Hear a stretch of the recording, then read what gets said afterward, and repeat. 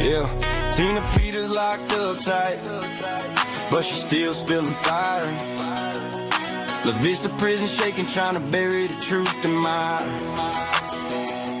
Black mold thick on every wall, image scrubbing with no mask, knowing 95, bare hands bleeding, breathing poison, that's the task. Blue straight garbage, tiny portions, taste like yesterday's regret. Water dirty and foul, making bodies sick, you bet. Backfire on the big house, Tina's dropping bombs, civil rights violations, they still hiding all the wrongs. La Vista in a panic, covering up the shame. Tina's voice is thunder, calling out the game. Twanging beats collide, truth won't be denied. Exposing all the darkness, no more places left to hide. Pro-eds promise federal funds vanish in thin air. No rehab, no classes, just a trap that keeps them there. Transport guard crossing lines, raping souls in the van. Tina calls it out loud, now they trying to hush the plan. Deputy warden Cordova sneaking inmates out the gate. Shopping trips and family visits, breaking rules, sealing fate. Backfire on the big house, Tina's dropping bombs, civil rights violations, they still hiding all the wrongs. The Vista in a panic, covering up the shame. Tina's voice is thunder, calling out the game. Twanging beats collide, truth won't be denied. Exposing all the darkness, no more places left to hide. From the cell to the spotlight, Tina's turning tables round. Prison wall still standing, but the secret's coming down. No more sweeping violations under dirty rug. Tina's fighting for the truth, pulling off the plug. Now the warden sweating bullets, painting over every crack, fixing pipes and serving slop, but the damage coming back. Tina's just getting started, exposing every lie. Backfire like a shotgun, watch the corrupt system fry. Country roads to hip-hop flows, as bangers ringing now.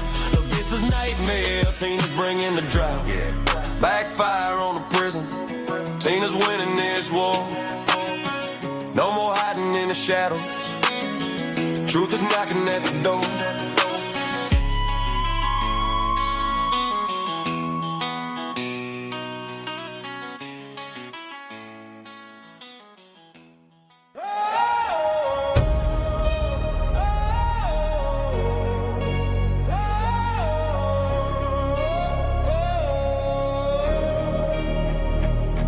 God help Colorado, land of the free no more. Chains on the people, from the plains to the western shore. Leaders lost their way in a liberal haze. Time to rise up, set the Rockies ablaze. Colorado's bleeding, high crime on the streets. Denver's a war zone, can't walk without defeat. Immigrants pouring in, gangs like Trendy Agua run wild. Crimes unchecked, our safety defiled. Roads are crumbling, potholes everywhere. Taxes sky high, but they don't seem to care. Tables under siege, refunds disappearing fast. Liberal schemes stealing our cash at last. God help Colorado, we real leaders now. Tina Peters locked up a prison somehow for fighting the steel, standing tall and true. Polis barring with Trump, but he's looking like a fool. High taxes crushing families on the brink. Crime waves crashing. What do you think?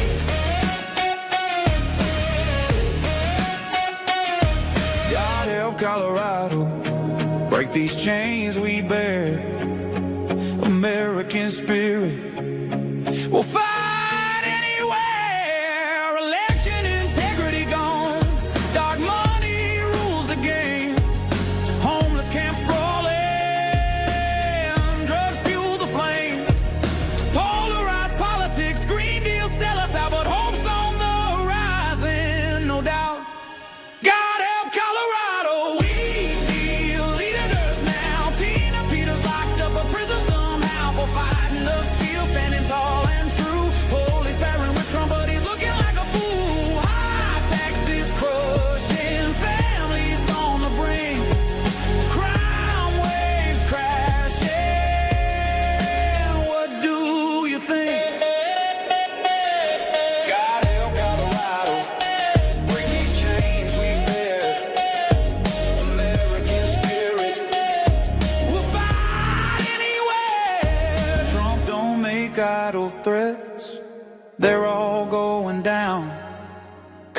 Colorado rising, taking back the crown.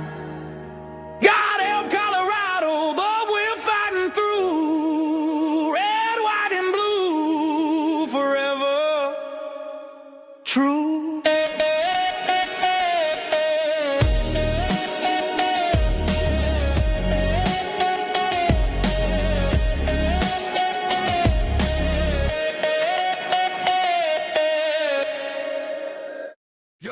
In the shadows of the vote, she stood her ground. Mesa County queen, no fear, truth profound. Hard drives whisper secrets they don't want to hear. Election ghosts in the machine, crystal clear. They called it breach through the book, 9 years deep. But she flipped the script, made the liars weep. From clerk's desk to cell block, spirit unbroken. One woman's war, words unspoken. Rise up, warriors here to call the night.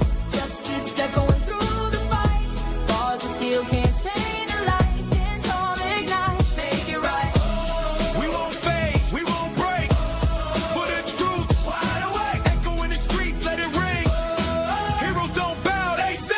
Federal doors slam shut, appeal on ice. State games rigged, paying the price. Threats in the dark, knives in the yard. 3 times they struck, left her scarred. But Trump's voice booms, let her walk free. Pardon papers flying, can't you see? From Pueblo walls to the nation's eyes. She's the spark that never dies. Rise up, warriors here to call tonight. Justice echoing through the fight. Bars still can't change the light.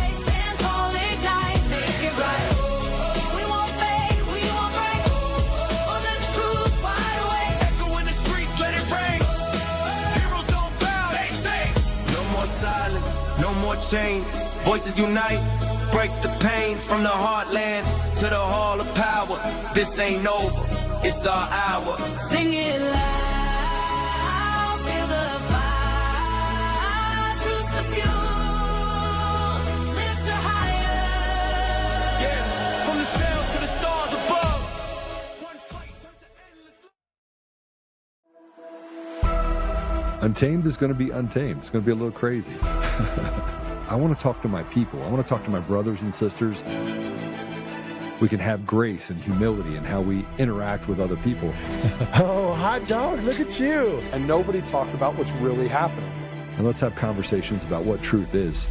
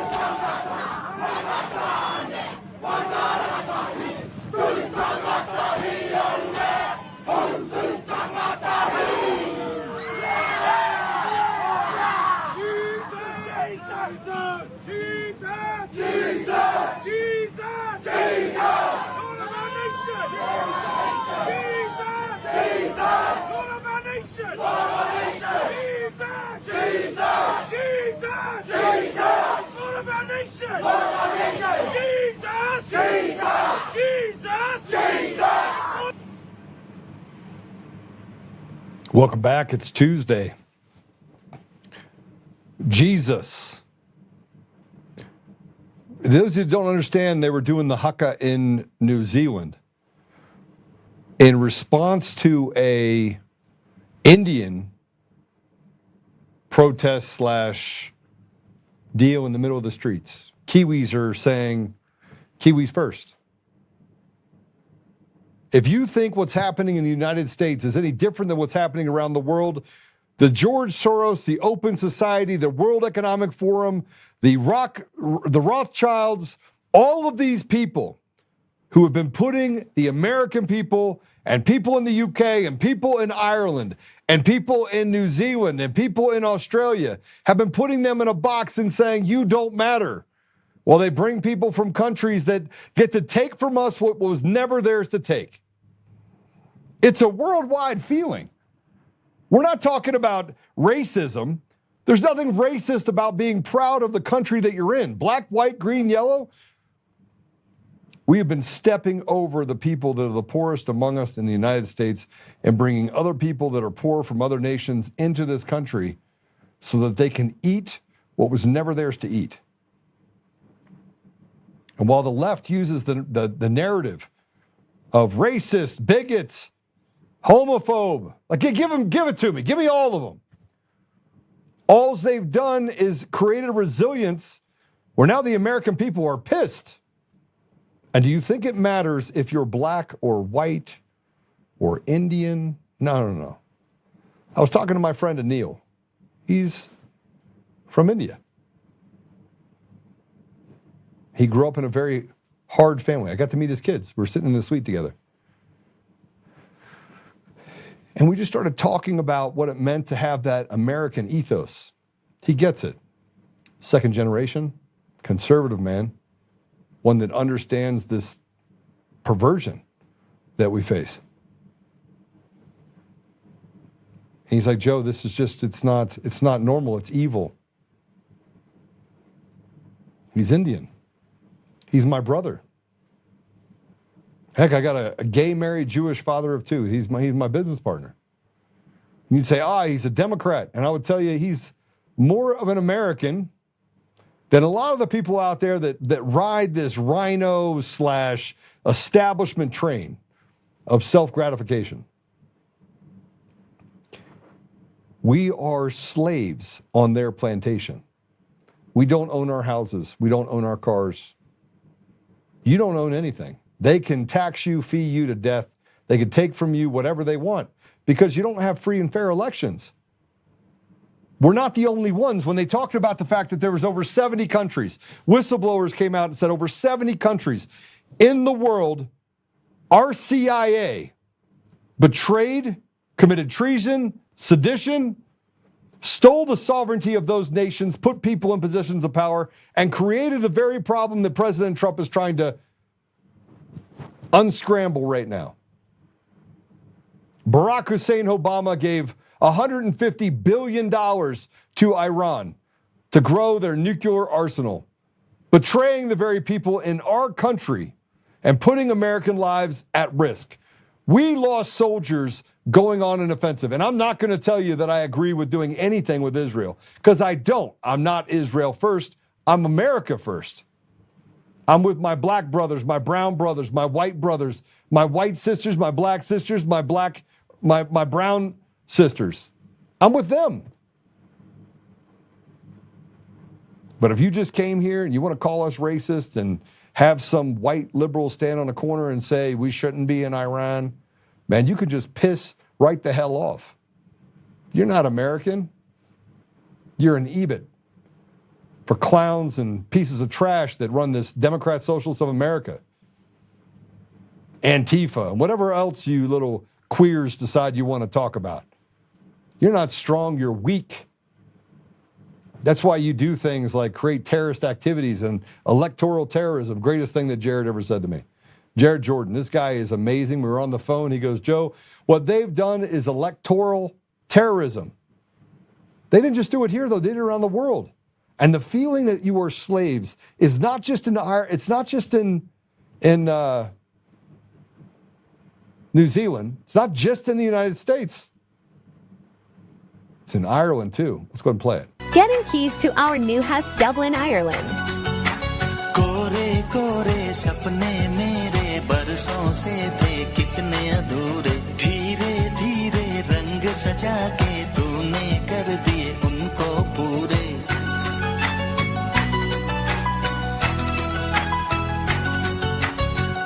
वादा है वादा चाहेंगे तुमको जीवन से ज्यादा है वादा वादा कोरे कोरे सपने मेरे बरसों से थे कितने अधूरे.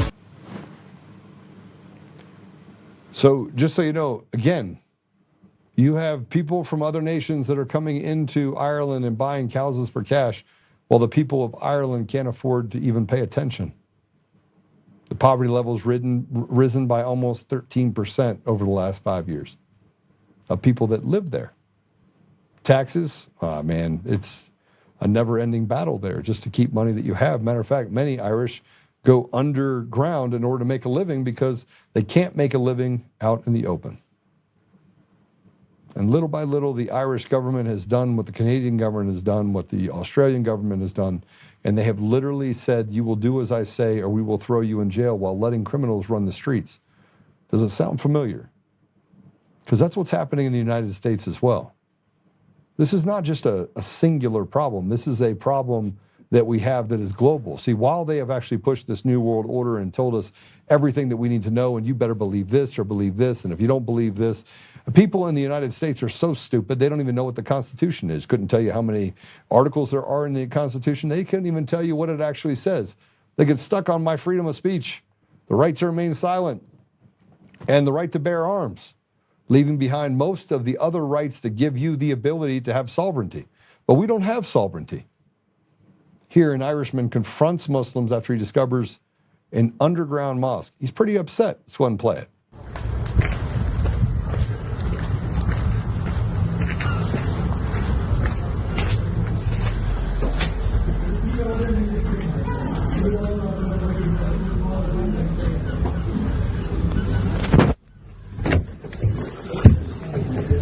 Allah is not welcome in Ireland.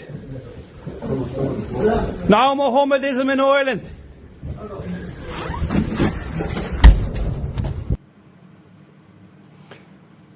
So here's the problem. It's not Muslims that are the problem. It's the fact that they come here to turn it into the shithole that they came from. That's the problem. And they come here to basically convert and to take away what isn't theirs. They don't want to assimilate. They don't want to just coexist. And we have a system that was designed to flood our country with people who have radical ideas. And again, it's not just Muslims. It's not just, you have a whole Somali community that basically runs organized crime up in St. Paul and Minneapolis. It's been around there for over 20 years. They literally force businesses to actually pay them a vig. Go look it up. Or they will burn your building and your business to the ground and make sure nobody comes in. And you'd say, Joe, you know, that's their culture. There are entire camps, basically call them ISIS camps, that exist on our own soil. And I will say again, I have lots of Muslim friends, but they're a part of the have-nots too, the same have-nots that we are. Irishmen can't afford to even pay rent. Irishmen can't afford to pay rent. And they're coming in and buying out entire buildings. Because tax dollars in Ireland are being funneled to nonprofits and organizations that then give the money to foreigners so that they can literally displace the people that have been there for generations. We have a problem. Nobody wants to talk about the fact that we're slaves on a plantation. No one wants to talk about the fact that it's not just Americans that are upset. Same playbook is being used in every country. Same playbook of persecution, same playbook of the media just pushing down and calling them racist and bigots. I am no racist. I am no bigot. I am not a homophobe. I don't care if you like to have sex with farm animals. I feel bad for the farm animals, and frankly, I think you should probably go to jail for it because there's something wrong with you. But what you decide to do in a bedroom has nothing to do with me. Check this out. Check out what's happening in France. Go ahead and play it. Voilà, à bobo de sarcelle. Voilà, la bobo de sarcelle, ce qui est pas normal. Donc il faut que les autorités nous aident à nous débarrasser de ce genre de situation.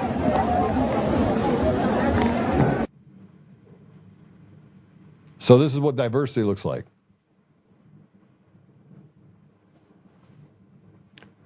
And if you look at the doctors, engineers, you look at the things that are going on in the schools right now in France. Well, let's go ahead and look at the schools in France for a minute. Let's go ahead and look at them.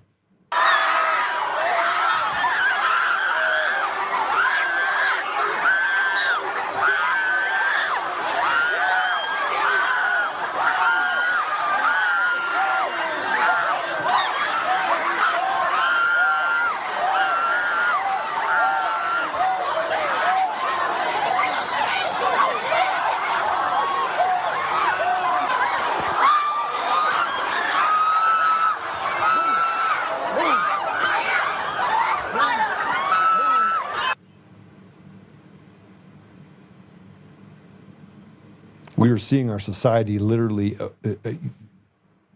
dissolve right before our eyes. And where are the men? Where are the men? You know, we want to train for what? We want to say that our Democrat brothers and sisters are actually our problem. It's not our problem. We have no ethos. We have no character of a community that we can hold on to. We're no longer hunters, we're hunter.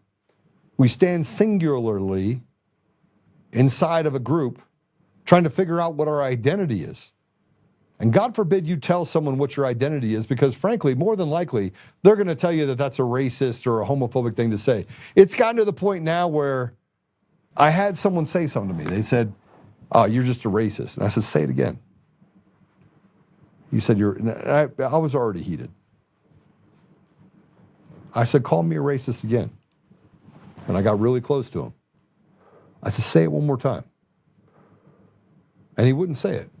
And I was telling my friend about this, and I was like, look, I don't think I've ever gotten to the point where I was so angry at a person, a coward, that wants to use words and change the vernacular and what things actually mean when you're just calling out the systematic destruction of our communities and our country, the stealing of our ethos, and the thing that makes us so special in this country, which is we are a Christian nation. You got people in New Zealand, people in Ireland, you got people in the UK, you got people in Canada, you got people in the US that are building brotherhoods. It's happening. I know I was in a meeting last night. And we're saying, look, we're finished. And the Constitution is clear, by the way, in the United States. We have this thing that says when the country itself goes off in a direction that ignores the laws and goes into a lawless environment, you have a right to throw them out. And you would say, Joe, you're calling for what? Anarchy? No. I'm calling for a return to decency. In Colorado right now, let me just tell you, I was just having a conversation with Scott Bottoms, who's also running for governor. And I was like, Scott, they're creating a registry for prostitutes in Colorado. They want to pass a law that makes it legal for prostitution to exist so that they can further demean and take away the very spirit of what a woman means, what it means to be a woman. Then they're going to create that registry and they're going to make people pay the state of Colorado. Listen to me on this. Pay the state of Colorado in order to be on that registry so that you are legal. So now the state of Colorado gets to become their pimp. You don't pay the state of Colorado, you're operating illegally as a prostitute. You can be arrested. But if you pay the state of Colorado, then we'll let you operate out there and lose your own dignity. And we haven't even started talking about the problem that exists by doing that, by giving an entire Rolodex to all the pimps that are out there. And these women are already in a place where the only thing that they have left is to sell their body.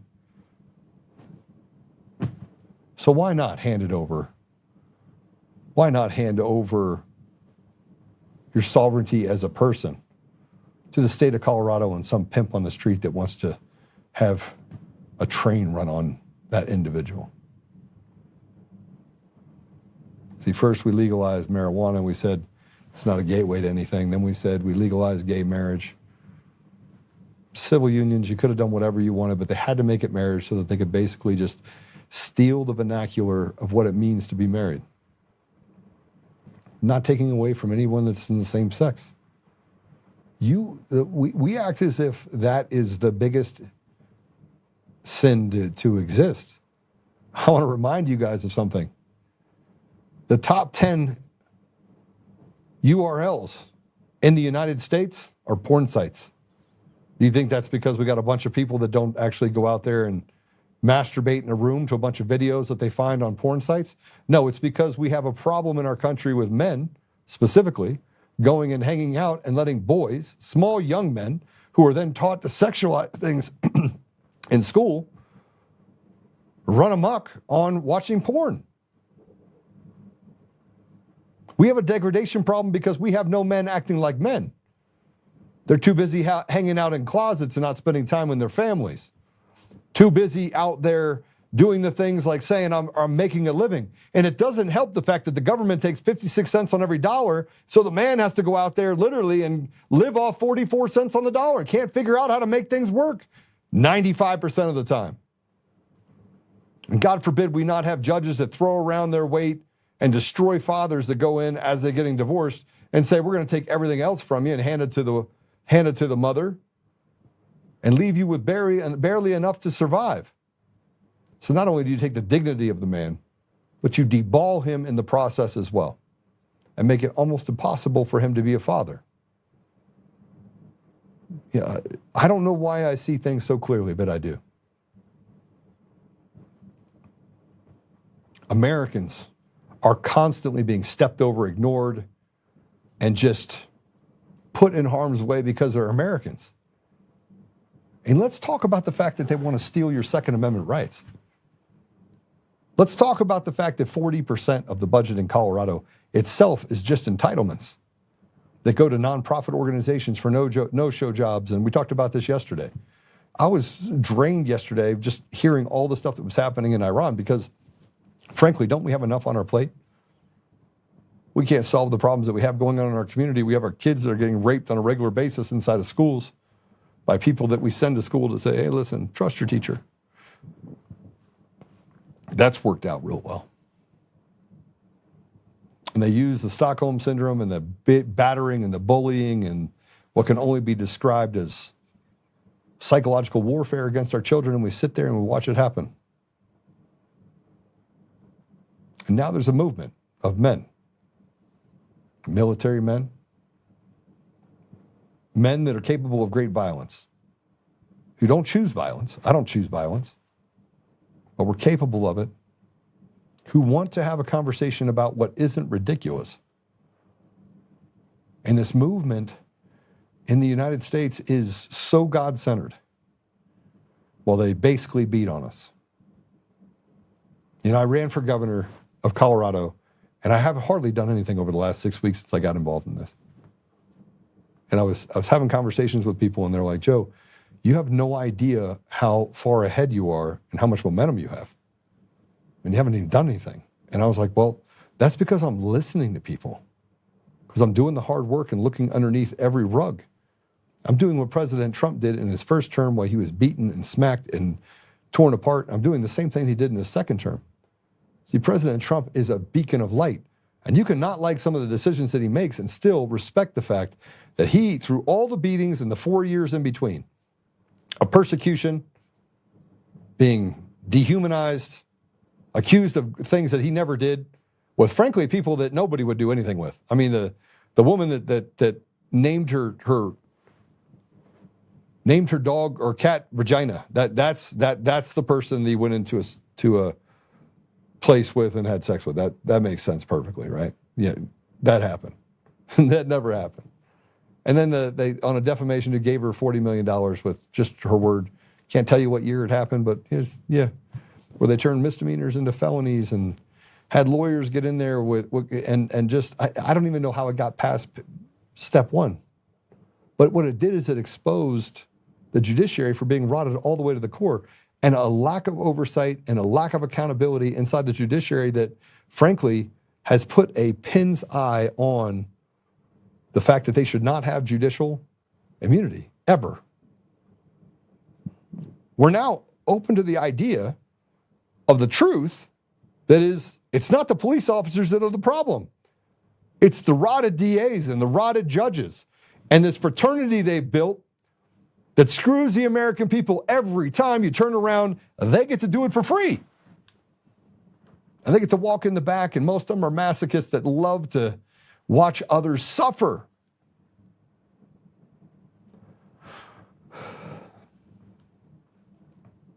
Let me just show you how we treat American citizens here at home. And let me use this as an example if I can. Nearly $3 billion was spent on homelessness in the state of Colorado in 2025. In 2026, that will balloon to almost $4.5 billion. Now, for $4.5 billion, you should have a few buildings to show for it. You should have massive amounts of entitlements for people that give them access to training, that can get them off of drugs and alcohol, can put them in a better place, maybe get them a dentist, maybe create some doctors, create some transactional environments that will take care of, let me just tell you how many people? At most 75,000 people. You should have a plan for those people. 75,000 people. If you look at the number of people that we have in Colorado and the amount of money we spent $161,000 per person. You're like, Joe, no. Remember, you already looked at it before. It was 1.2 to 1.6 billion that they spent on homelessness, and that averaged out to be somewhere between 50,000 and 70,000 per person. And then I decided that I needed to look at the budgets that were spent on each one of the counties that we have out there and the city and county of Denver. And then I had to look at the state budgets and how much of that money went to actually go towards the Denver budget. And I was like, this is absurd. $161,000. But I want to talk to you about how a homeless person this is an American that lives in New York City.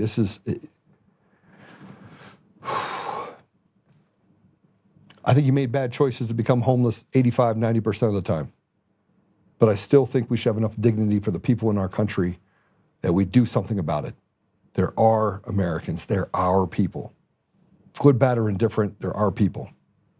Play it. Have you ever been offered a free hotel room in New York City? Never.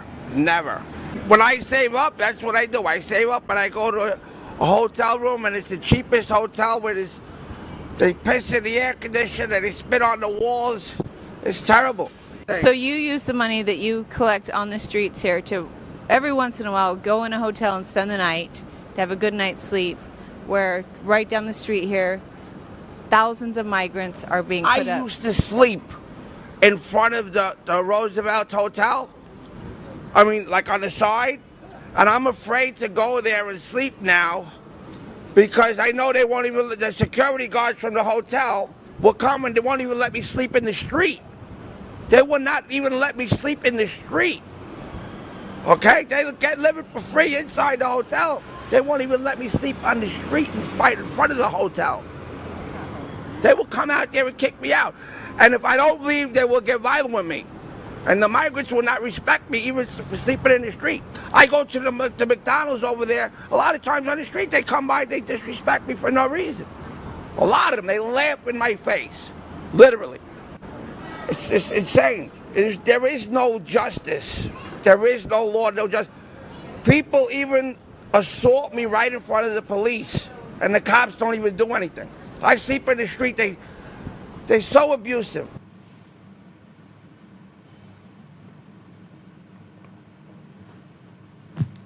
But here's another illegal with over 30 criminal charges was arrested for murdering a woman in Virginia. 30 previous criminal charges. 30. Play it. A Virginia woman was killed at a Fairfax County bus stop. We're learning the man charged in her murder is in the U.S. illegally. His name is Abdul Jallo from Sierra Leone, according to the Department of Homeland Security. I'm at the Fairfax County Courthouse where I discovered this man has a lengthy criminal history. More than 40 charges in the past, ranging from stabbings to malicious wounding and much more. And almost every case, Fairfax County Commonwealth's Attorney Steve Toscano dropped charges against this man. Only secured one conviction in the past. He served very little time. He was let back out into the community where then he allegedly stabbed this woman of Fredericksburg. Now, this woman's family is heartbroken. According to an obituary, her family describes this woman, Stephanie Mentor, as a jolly, happy individual, a light in dark places. And tonight, the U.S. Department of Homeland Security is calling on Virginia Governor Abigail Spanberger and Fairfax County officials to hand this man over to ICE so they can deport him. 40. I was wrong. It wasn't 30, it was 40.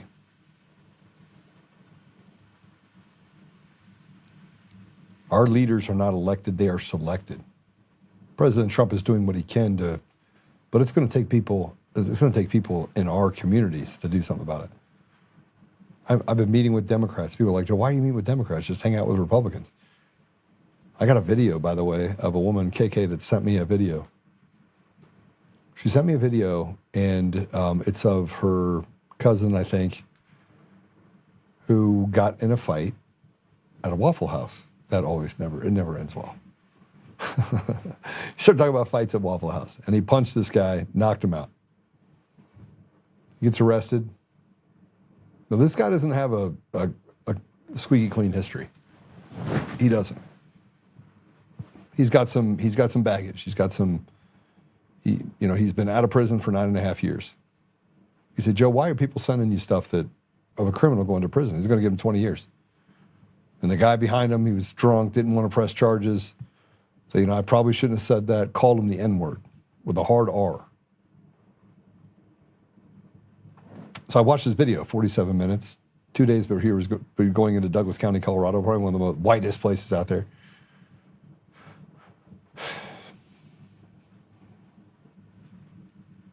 And the judge calls him a menace to society. He's got some mental health issues. He's got 13 kids. He never saw a baby mama he didn't like. He'd say, Joe, why are you having conversation with those people? I was like, I don't know why she sent me that. I didn't know her. But people said, hey, you need to send this stuff over to Joe. He'll look into it. So I went down to Douglas County. I sent them stuff over to say, all right, I need to go meet with RJ and have a conversation with him. Why would I take time out of my day to go meet with a guy that's a perpetual criminal? He's been on the street. He's been out for 9.5 years. Hasn't had, he's had some petty stuff that he's done. But again, he's an American that's never been given opportunity because we don't even have mental health facilities. We don't have them.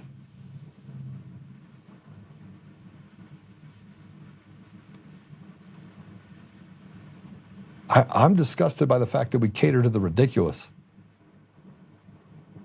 Just so you know, in Colorado, the most important thing to the people of Colorado is that we shut down pet stores that have dogs and cats. It's a real thing. And not only are they legalizing prostitution and making it so you can rape 3 children before you actually go to jail and you're not eligible for probation, they're also doing this thing to get rid of what they call puppy mills. There's only 6 puppy stores, by the way, only 6 pet stores in the state of Colorado, and they're stopping what they're doing in this session to put all 6 of those puppy stores out of business because it favors the shelters. Because then you can just go to the shelters that, basically has become this windmill of cash that then gives no-show jobs, and the same people that show up in Antifa work for these shelters. I'm not kidding. It's basically a front for radical leftists. They get free money from the people of Colorado.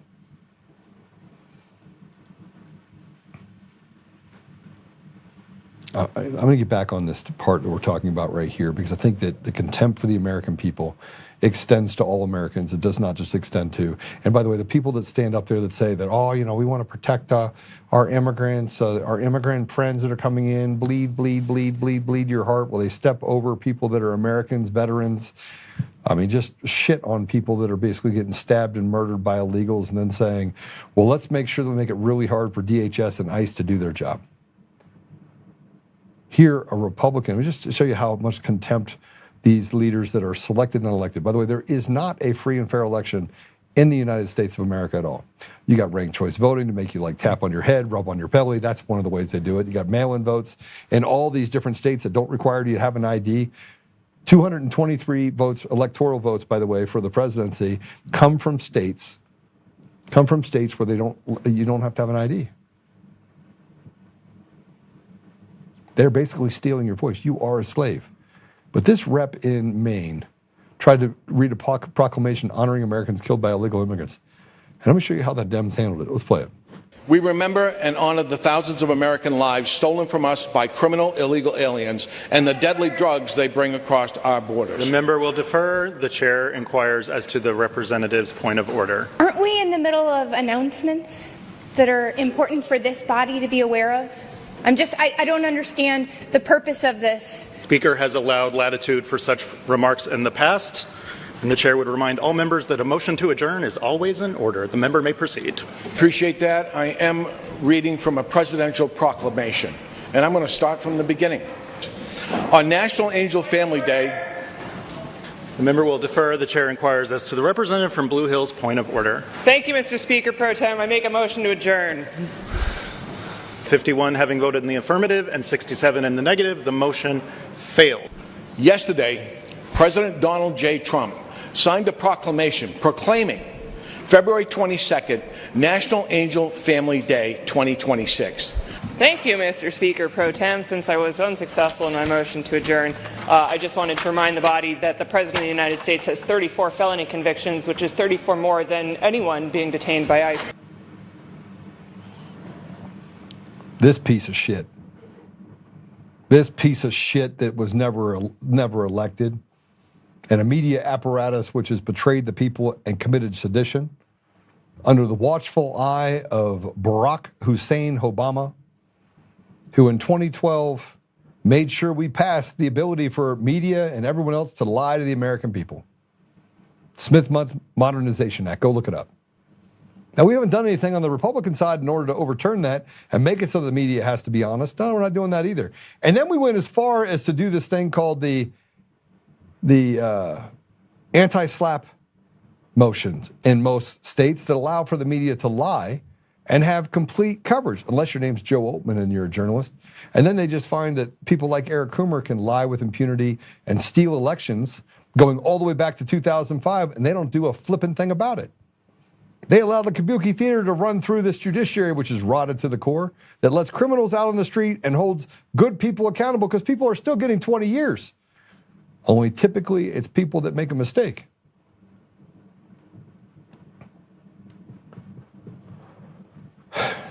And the gift that keeps on giving about Democrats and Republicans, by the way, you know, this uniparty that we have in representation, that gets their orders from who? The wizard behind who's Mitch McConnell getting his stuff from?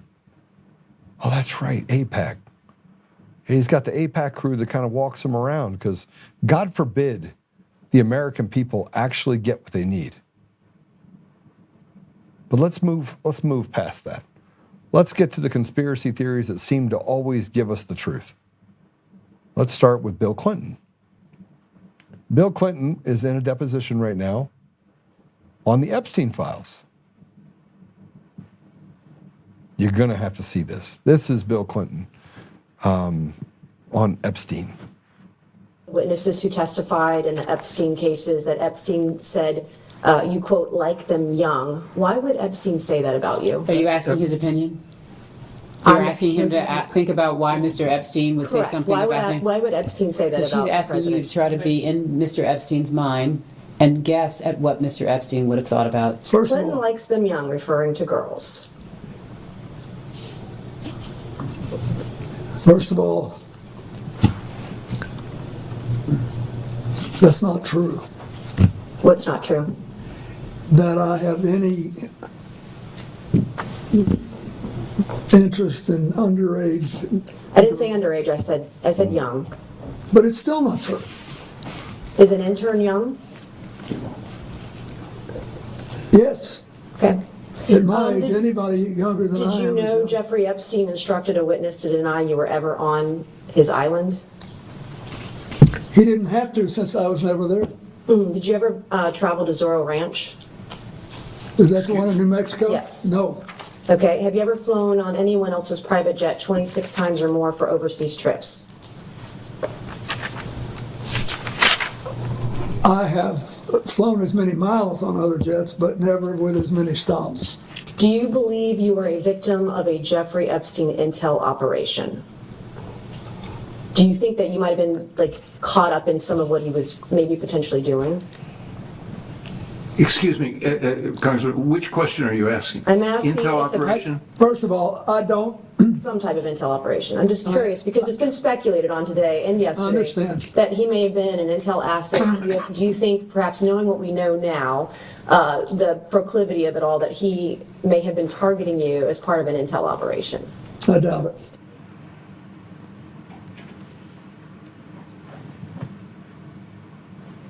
What do you think of that? It's pretty crazy, isn't it? And Hillary didn't do any better. We'll talk about that in a minute. Let's go ahead and play Hillary. Really, I expected a lot of interesting questions today, but Pizzagate was not on my list. That's okay. We're asking all sorts of things here. You certainly are. You certainly are. We're just trying to get the truth out to the American people. Well, that and would get be some clarity. very helpful. Are you aware of any files that were on Anthony Weiner's laptop in a folder that was titled insurance, life insurance, with a zip file titled frazzled? This is way outside the chairman's ruling. This is way within the outside scope? Is this within the scope, Mr. Chairman? If the chairman rules that it's not within the scope, I Mr. have Chairman, other based on questions. what you said in the public hearing, is this within the scope? We can go off the record for a moment. Mr. Chairman, is this within the scope? We get no answers. We don't get any answers because we don't have leaders. We have sock puppets. We have grifters. We have liars. We have betrayers. We have treasonous seditionists that have taken what was never theirs to take. And they used elections in order to raise taxes, take your tax dollars, pervert your children, and then tell us, by the way, that you don't own those kids, that the state does. True story. They're allowed to say and do whatever they want and act with impunity. And if you do anything about it, they'll fine you. They'll steal from you. They'll lie about you. They'll attack you. They'll come to your home. They'll send their goons out to do harm. And only when someone like me stands up, or President Trump stands up, or others stand up, who has the capability of working the problem and fixing it, do they really start to have fear.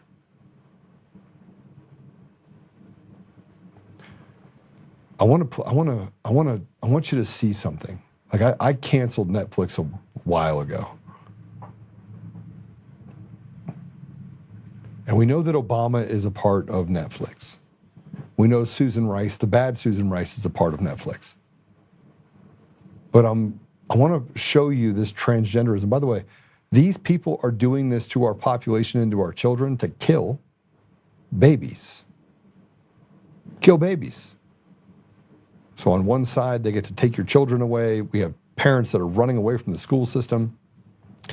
We have farmers that are sharecroppers on their own land being told what seed they could put in the ground. And on top of that, those that have livestock are told now you have to contend with wolves and wolverines that we're now reintroducing into the environment. Because that's what the people want. Roads are almost undrivable. Healthcare almost out of reach for every American. Remember the Affordable Care Act? Since the Affordable Care Act came into existence,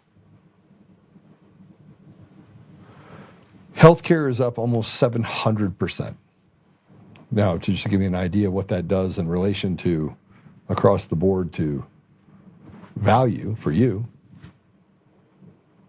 you got less and you died faster, and they pushed poison into you and then told you to shut up and sit down, or they'd take everything else from you too.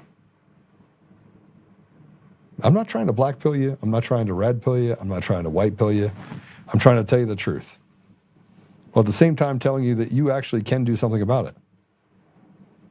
They only get to take from you what you're willing to give them. Now, right now, if I'm being honest, you've given them too much. Everything. You've given them everything. Your children, your money, your tax dollars, your house, your car. There's nothing they have. Let me show you what Netflix is doing to our children. This is Netflix for children. Play it. Are you coming to the tree? I'm trans, Norma. I use a different name and pronouns. I'm Frankie. Pronouns they, them. As a transberry, I love living out loud as my most authentic self. I know I'm safe when I'm with my friends or other non-binary people. He's the undisputed champion of my heart. My name is Charles. I stand definitely correct. Banafi will slide that runway. Lexing's pronouns are they, them. He or she just doesn't fit who I am. Welcome to your crash course in holiday self-expression.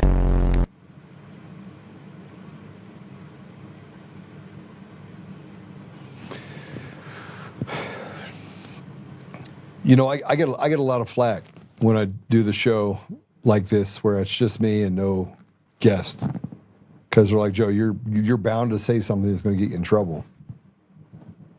Yeah, I am. I mean, I'm going to give you an entire show where you can, go hog wild on me. That's Netflix. That's Netflix in front of your children. That's Netflix trying to tell you that your kids need to put puberty blockers in their bodies. And now they've already taken care of the vaccines. They've already injected that poison in there that made it so that, by the way, that it used to be 1 in 800, 1 in 1,000 mothers needed help in vitro and to get pregnant. It's 1 in 30 now. I sat with these Democrats and I said, how many of you, 100 women raised their hands. After you get a little bit of where people will give you information after you listen, because that's what happens when you listen. You had 100 women that put their hand in the air when I said, how many of you had an abortion? Then I said, how many of you, if you had free health care and free child care, would still have the abortion? Only 10 hands went up. Billions of dollars went to illegals in the state of Colorado. I haven't looked at the budgets everywhere else. We definitely need to doge the state. I saw that Victor Marx picked that up, by the way. He's like, we're going to doge the state of Colorado. It's a good thing that I recorded the conversation that I had in his house so that I could, show that I told him this is what I would do. You want to win this race? You're going to have to doge the state of Colorado. You're going to have to cut 40 to 50% of the budget. Now that ass clown, Vaughn Kennedy, and look, if you're in Colorado and you vote for Vaughn Kennedy or Victor Marx, whatever the hell his name is, if you vote for him now, after all the information that is just a tenth of what is actually out there gets released, then you're a retard or you're complicit. And no, I don't have respect for you, because if you think this is a high school prom contest, and frankly, we're electing some sort of signal head, we're not. We're in big trouble in the state of Colorado, and you're going to put your stuff behind a guy that's a sock puppet that tells you that he had TBIs and tells you he had all these problems and that he has, his wife says he has to kick holes in walls once a year as an anger problem. But he could take a gun away from someone in a staged position really fast. That's the guy you want running in the governor's office. Then you're retarded. So I'm just going to tell you right now, if you believe that you are, and this goes for even leaders like Lauren Boebert, I love you, you're freaking retarded. You stand up for this ass clown, you didn't do your research.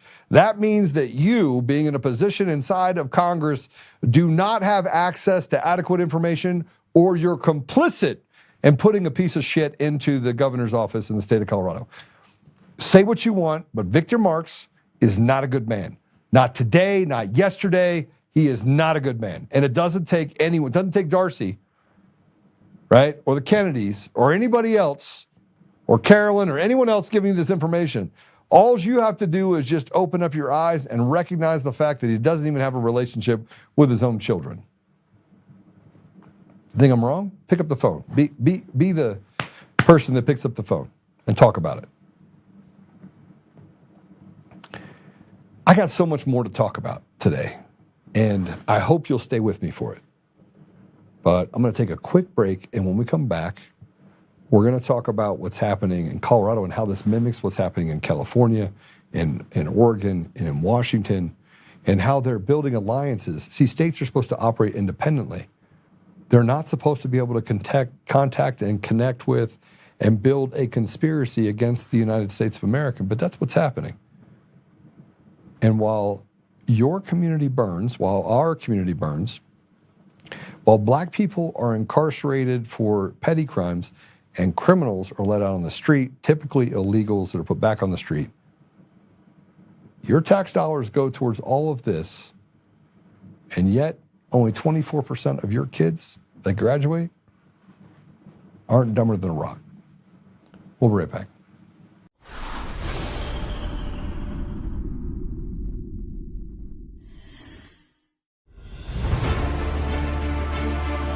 In every thread, in every stitch, Honor-Bound USA weaves the fabric of the American spirit.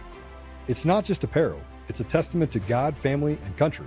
At Honor-Bound USA, we're a family of patriots who put our faith, family, and America first. When you visit our website, you'll find a line of products that embody our commitment to pray, stand, speak, and act. As the official site for the Untamed podcast, all of our products proclaim speaking the truth with courage. We also have the powerful documentary from Professor David Clements, Let My People Go. Identify yourself as one of the few who are willing to stand for what they believe in. Join the Honor-Bound USA family today. Wear it as a badge of honor, commitment to the values that shape us, and a pledge to the bright future we will build together. Because when you're honor-bound, you're not just wearing a brand, you're embodying a lifestyle.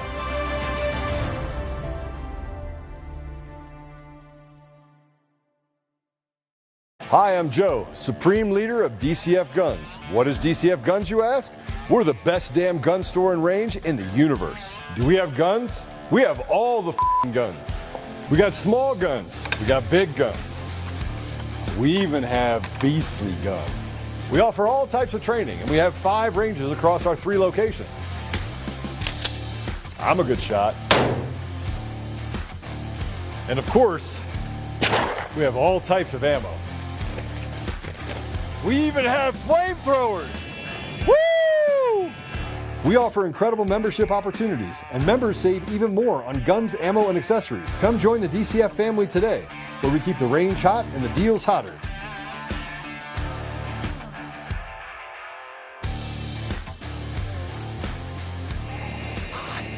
It's hot.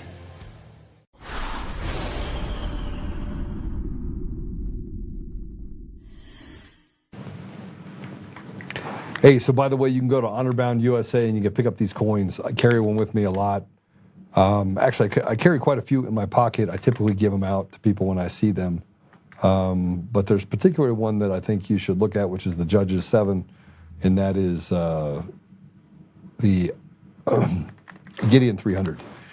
And then you have the James 2:26, which is act. You have Galatians 4:16 on one, which is always speak the truth, which is speaking, and then standing, which is 1 John 3:16, which is God gave up his son for us. We must be willing to give up our lives for our brothers and sisters. Anyway, go to Honor-Bound USA and check it out and buy the coins. They're pretty cheap. I think they're a couple bucks a piece now. And I got a new coin that's going to be coming out that you're not going to be getting for a couple bucks. I also want to just plug myself here and let you guys know something.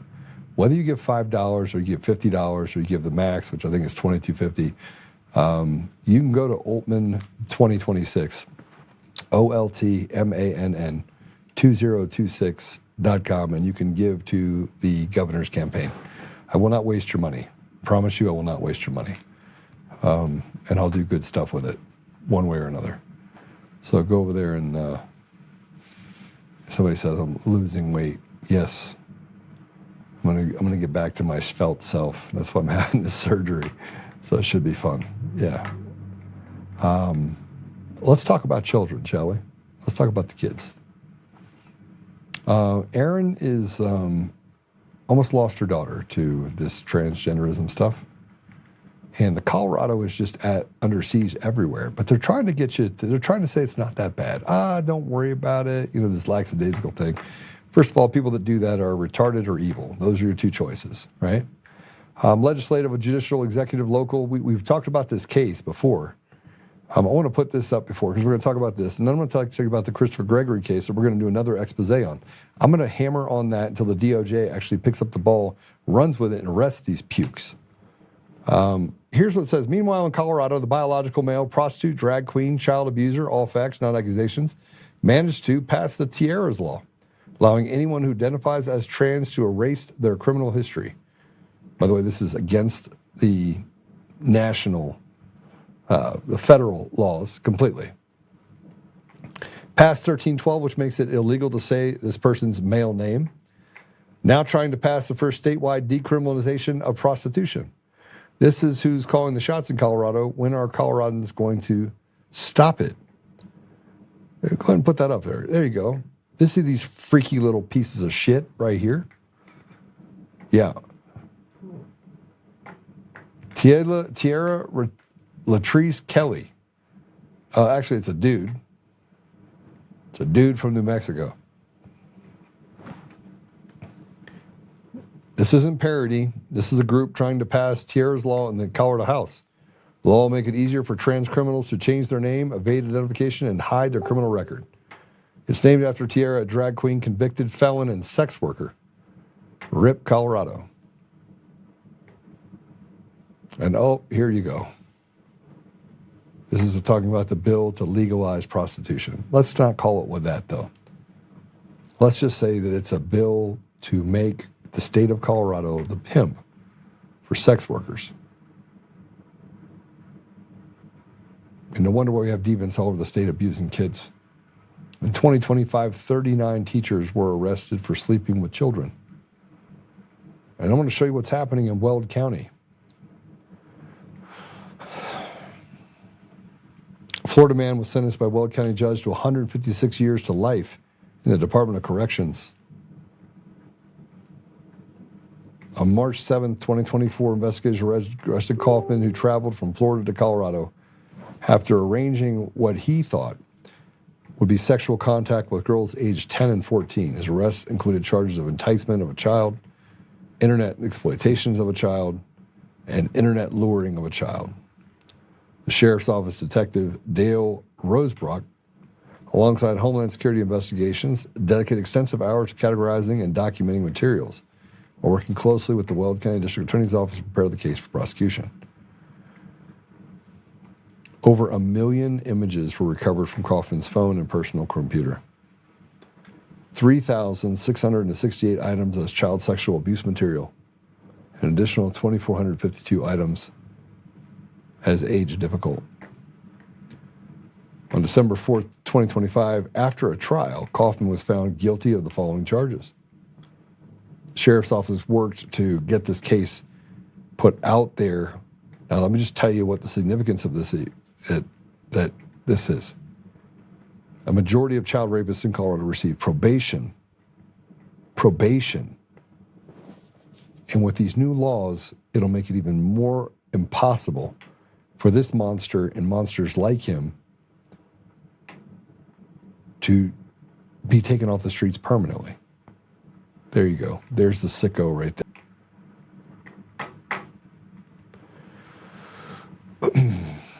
A majority of child rapists in Colorado receive probation. Over 70%. Play it. 70% of child rapists in Colorado receive probation-only sentencing. What's worse is a predator can go on to rape 5, 6, 7, 8, 9 children. And as long as they only rape each child one time, they are eligible for probation-only sentencing.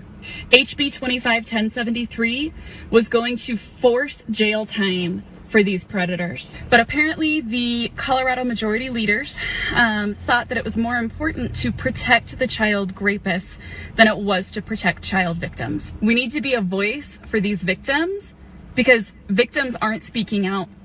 This isn't happening far away. This is happening down the street from where you live. HB 25-1073 was my wake-up call. This is your Colorado wake-up call. We don't hunt together, right? Deviants hunt together. Deviants hang out together. Fathers haven't learned to find their voice yet and grab some stuff and take care of business themselves. Now you wait till it's too late, and then your kid is 41% of the ones that they groom try to commit suicide. 41%. So they groom them, they indoctrinate them, they get them to change their gender, and then they get them to kill themselves. That's the new norm for Colorado and California, and then they get these freaks to sit out there and say, oh, and if you commit a crime, just change your identity, and you no longer have to deal with at all any of the previous history that you have as a criminal.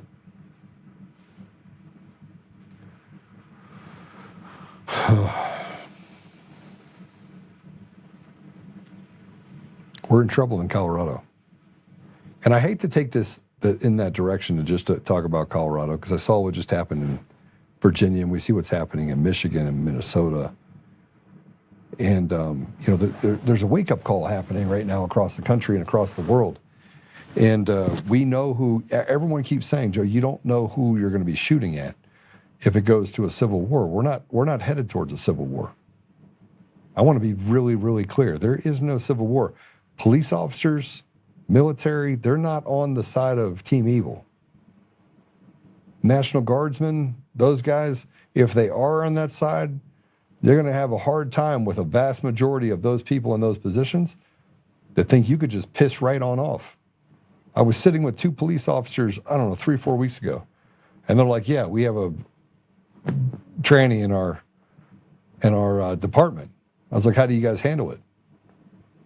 We won't, he can't go into the women's, he has to change in the bathroom. He can't go in the locker room. And I was like, well, that's weird. Why? I mean, I knew the answer. He goes, you know what? We're done with this bullshit. They said they're done with it. They all talk. You all think that it's just you that's listening that has had enough.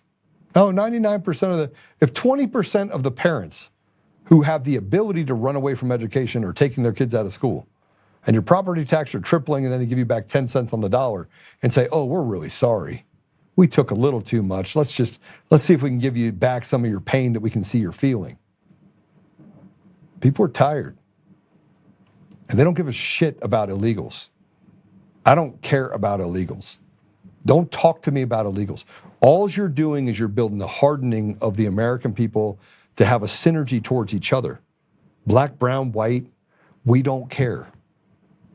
We don't care about race. We care about American ideals, and you're stealing it from us. And you're handing it over to these people who then are basically destroying our very society right before our eyes, and you act like there's nothing we can do about it, where you stuff your face. Well, even Kyle Clark. Now, look, I'm not a fan of Kyle Clark. I'll be the first to say I'm not a fan of him at all. I think, frankly, he pointed out the fact that Griswold lies, but he lies. He bends the truth as he says it, creates a little bit of parody around it. But he called out Griswold for lying. Now, I need you guys to understand that Kyle Clark is not staying at 9 News. He's out. There's no appetite to have a radical leftist inside of 9 News under this new merger agreement that's going to happen in Colorado. Here, Kyle, though, does something. I keep saying there was a transgender person called Sean Beadle. And Heidi Beadle went back to being Sean Beadle. Basically went back to what they call their dead name. Now, I don't like Sean, Heidi Beadle, whatever you want to call him. His name's Sean Beadle. Like, I'm not a fan, right? Yet when Sean decided to come back and say, I am a man, I'm going by my man name, Sean, and walk away from that transgender thing, whatever you want to call it, I came out, put a post out that says, leave him alone. Because here's a person that has enough courage to stand up and say, I'm going backwards, or I'm going back to where I was. I'm going forwards. Could this be what we're seeing with Kyle? I don't know. And I haven't seen much of Sean Beadle either, so I haven't seen a whole lot of movement in that environment. But I haven't been paying attention either. But something is happening. Like, there is enough courage and enough things out there that's shaking the core of people that they're starting to have a second look at two things. One, faith. Where does God sit inside of this community deal? And are they on a pathway that's tied directly to some really bad things? And is what they're being taught true? Well, I don't know. But Kyle decided he was, for once, going to tell the truth about Griswold. And yes, I'll let you look at it. Here you go. The leading Democratic candidate for Colorado Attorney General is making false claims about her qualifications. Current Secretary of State and AG candidate Jenna Griswold claims to have high-level courtroom experience she does not have, raising questions about both her experience and her honesty. I'm going to take on the billionaires and corporations as Attorney General to protect. That is Democratic Secretary of State Jenna Griswold. She's running for Attorney General. That's Colorado's chief legal officer. And this claim by Griswold about her qualifications. And in 2024, I followed the Constitution and argued at the Supreme Court that Donald Trump should not be eligible for president. That claim is not true. It's not a complicated thing. It's false. No matter how many times Griswold says it during her campaign for AG, that she argued before the Supreme Court or argued at the Supreme Court, she didn't. I found the Supreme Court argument exhilarating. That is 9 News legal analyst Scott Robinson, and this is a certificate of his admission to the Supreme Court bar, where he actually did argue a case, and won. Griswold was simply someone being represented in a case before the Supreme Court. That's a far cry from actually getting to argue in front of the court itself. When we asked Griswold's campaign why she's making these false claims, they responded with a statement saying, in part, the word argue does not exclusively mean oral argument. When a lawyer presents an argument in person to the United States Supreme Court, they have argued before or argued at the Supreme Court. Anything else, it's not arguing to the court. This is the woman who actually argued the case that Griswold is falsely taking credit for arguing before the court. Mr. Chief Justice, and may it please the court. Colorado Solicitor General Shannon Stevenson. That's her team photo on the day when she, not Jenna Griswold, argued before the Supreme Court. To a lawyer, the terms are entirely crystal clear, perhaps not to the general public. That may have been true until the public sees this. Griswold's Democratic primary opponents for AG all have extensive courtroom experience. Michael Doherty is a state and local prosecutor, Boulder County DA. Hetal Doshi is a federal prosecutor, and David Seligman is a consumer attorney. We asked Griswold's campaign if she has ever argued a case in any courtroom. They pointed to one case more than a decade ago, in 2011 or 2012, they said, in the District of Columbia. Records show that Griswold was only admitted to the D.C. bar for the final 5 months or so of that time frame, and Griswold's campaign did not provide details that would allow us to confirm that single case. Now, we know that Jenna Griswold is a piece of trash.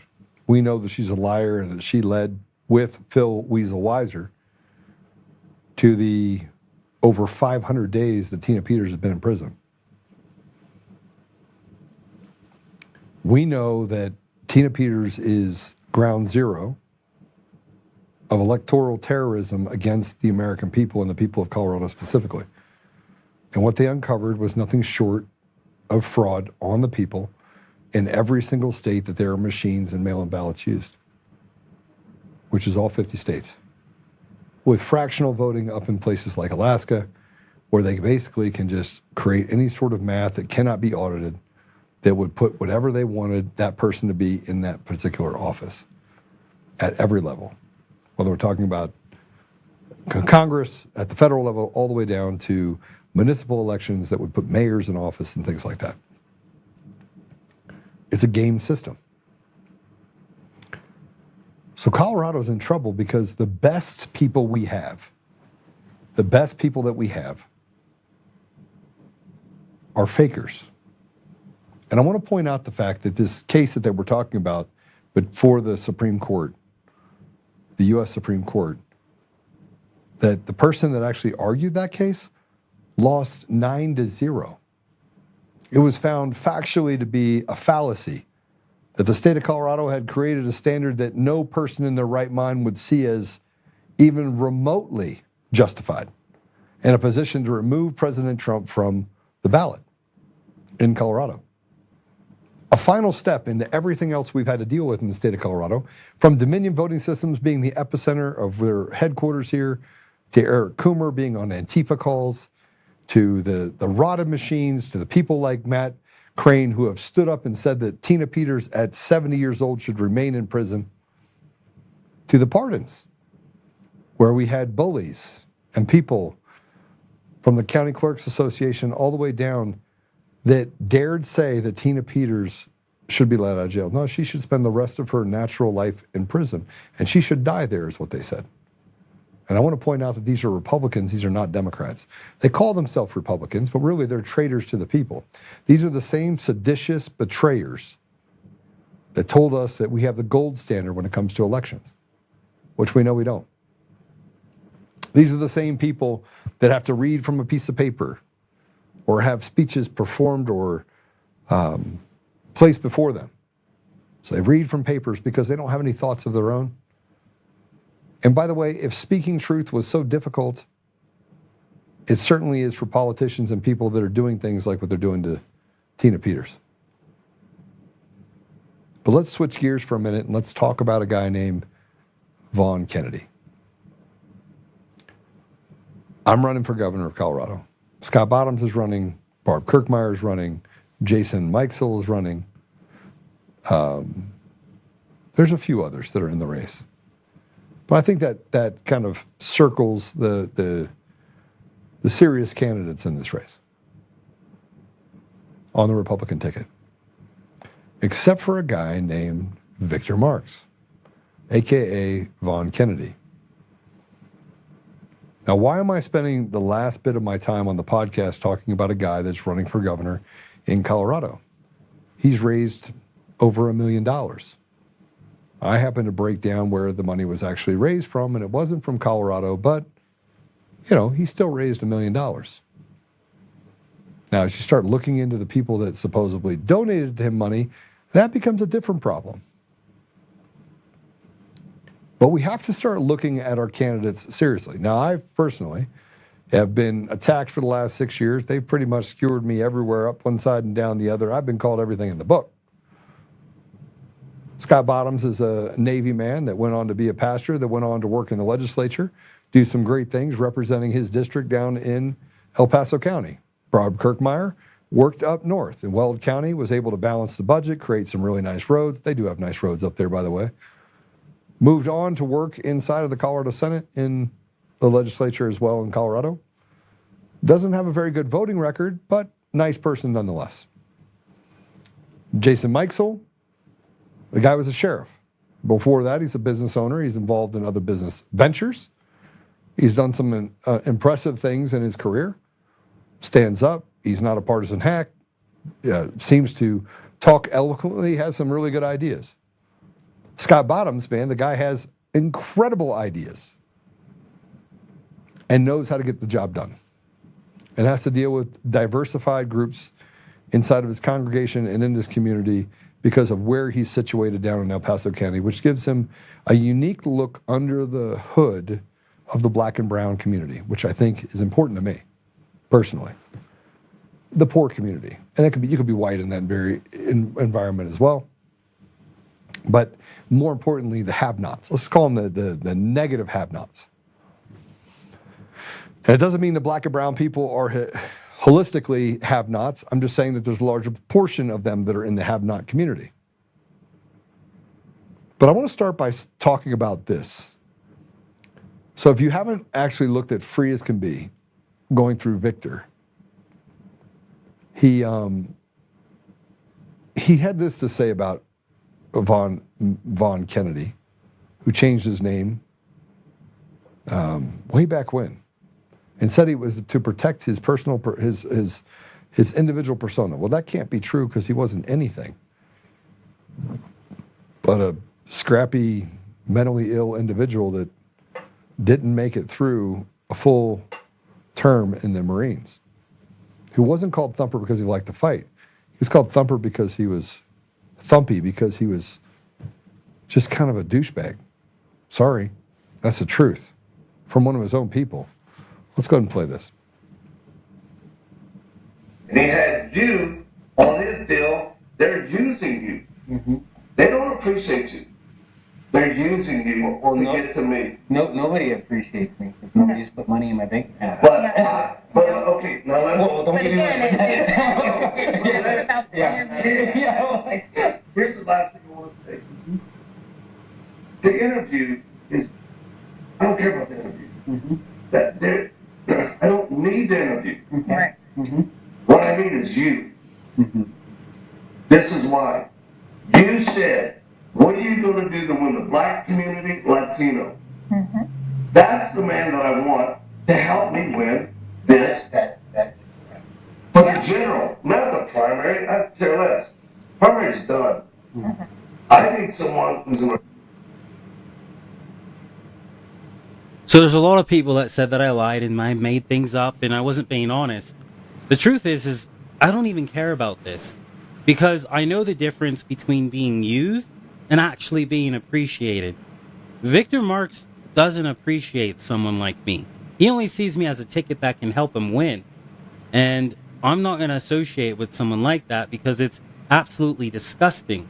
Not only that, but it's very, I don't know, it makes me feel like he's a Democrat because that's what Democrats do. And that's also why I left the Democratic Party. Now, I get it. You guys aren't going to say sorry and there's not going to be a bunch of apologies. But the truth is that all I care about is finding out what the truth is. And that's why my wife and myself went unarmed, without our phones, into a compound with a person like Victor Marx. So, yeah, there's your proof. Have a great day. All right. So let's walk through this, Victor. I always I always like to say, what is Victor Marx doing right now? He is controlling the environment that he's in, trying to create some sort of Hollywood mystique. But the reality of it is, it came out of nowhere after Charlie died, made up a story about his daughter being touched by a man in a car. Now you have the Colorado Springs PD looking into these claims that landed a man in jail. And I'm not saying the guy shouldn't have gone to jail. He was a serial masturbator in cars. He did that. But he stayed in his car. The story changed, and then people were, again, Victor Marx can't keep up with it. He can't keep up with the stories. Shot someone at 7 years old. Then we reached out to try and figure out, where it is that then his father was some sort of drug lord, part of organized crime. That's not true. I mean, look, nothing is true. It's just not true. He didn't save 43,000 women and children. Now he says that he served 45,000 women and children. Well, those are two different things. It's kind of like Jenna Griswold lying about the fact that she argued before the Supreme Court. Then there's the tens of millions of dollars. I wouldn't say hundreds of millions of dollars. Tens of millions of dollars that Victor Marx raised and saying that he was out there actually saving women and children. That's what he said. Only that's not true either. And if you look at the money that he raised, almost all of it, minus 11%, which, by the way, That went towards his personal expenses and flying and doing stuff too, a part of the programs. Only 11% of those tens of millions of dollars went towards programs. The other 89% went for him to eat. And then he sold his house, an $800,000, whatever you want to call it, I don't even know if it's kind of compound. It's an old house built in the 70s and a barn behind it. I'm not kidding, by the way. That's what it is. And he sold it to his nonprofit to be able to suck out like $2.5 million. It's an $800,000 house. You say, Joe, how do you know it's only an $800,000 house? Because I live in a $2.5 million house. Caught me. I can be honest about it.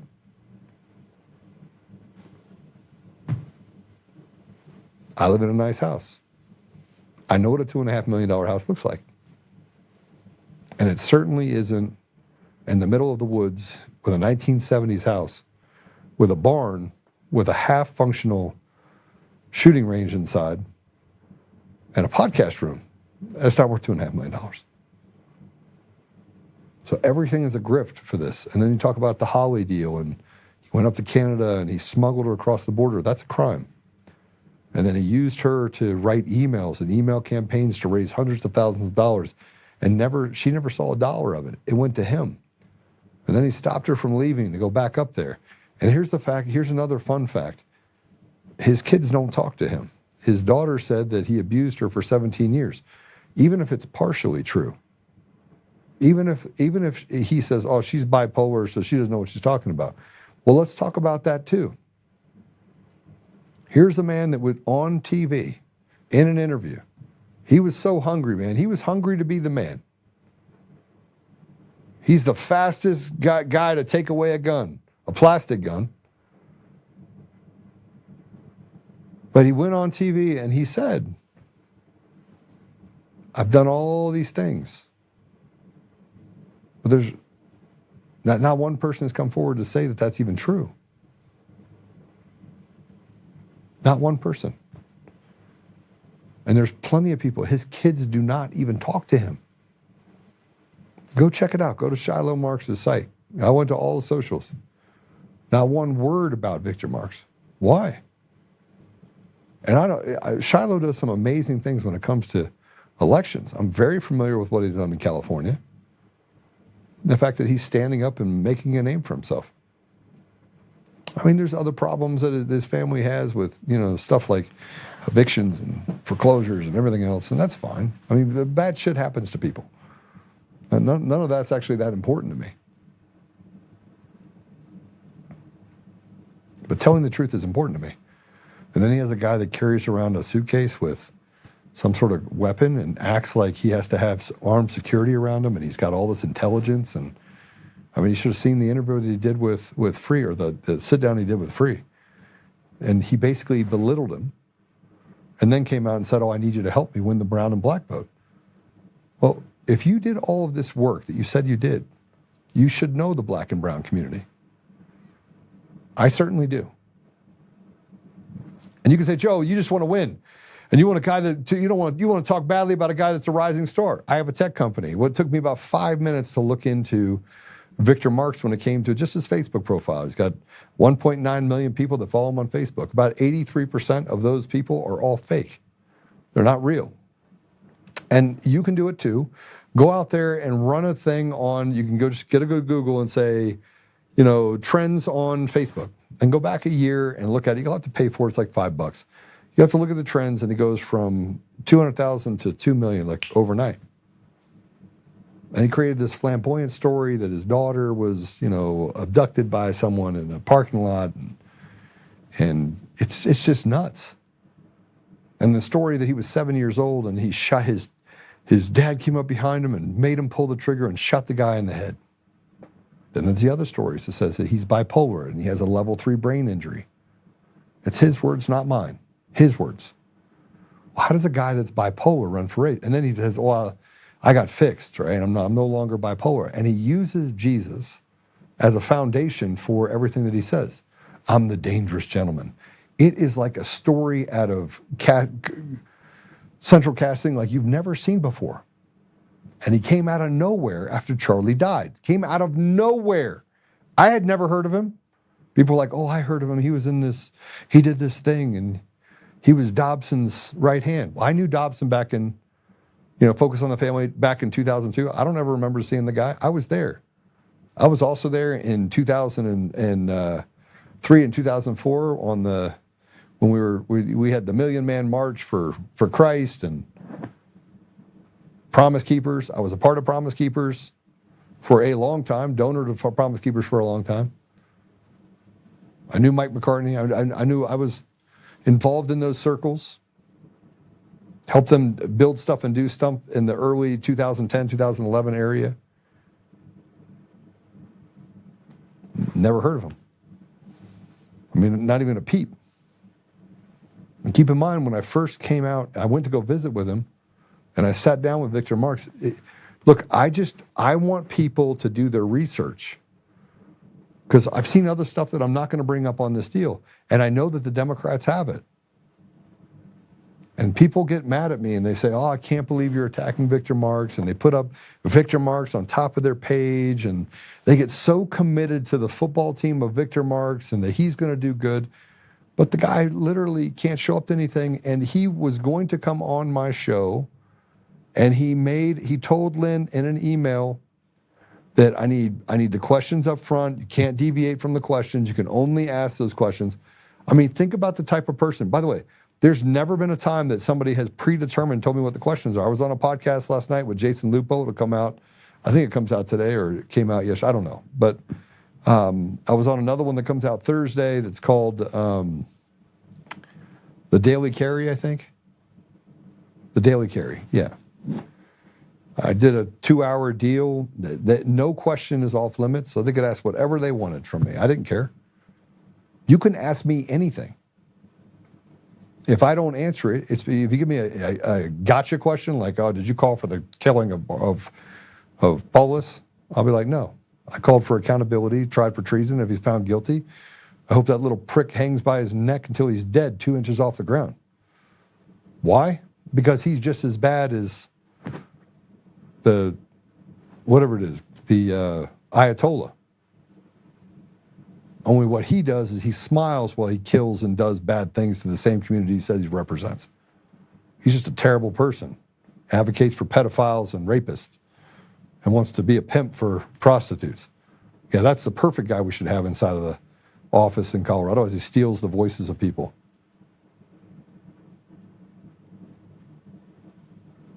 I sat in front of Victor Marx in his own room, in his own house. And I asked him questions. I'm like, so what are you going to do? What's your platform? And he couldn't articulate it. And so I had to articulate it for him. And I was like, listen, the first thing you have to do is you have to doge Colorado. You've heard me say this a long time ago that this has to happen. I've said it on this 9 months ago. But I sat in front of him and I said, if you don't doge Colorado, you have a problem on your hands. You can cut the budgets by 40 to 50%. I talked about this yesterday. I've written out this entire plan of how do we doge Colorado and how do we stop all this grift and graft that is then being used against us and weaponized against us as people in our communities. So he went on Benny's show. Now I want you to pay attention what he says on Benny's show. And it should tell you everything you need to know when CIA Benny is the guy that's having the interviews, and he goes to Mike Flynn, he goes to all these different people and gets these endorsements because he makes himself a shiny object, and Lauren Boebert knows everything about him. She already knows. I'm not the only one with access to a file. And the stuff that leaked out is not even nearly close to being even the worst part of it. Play it.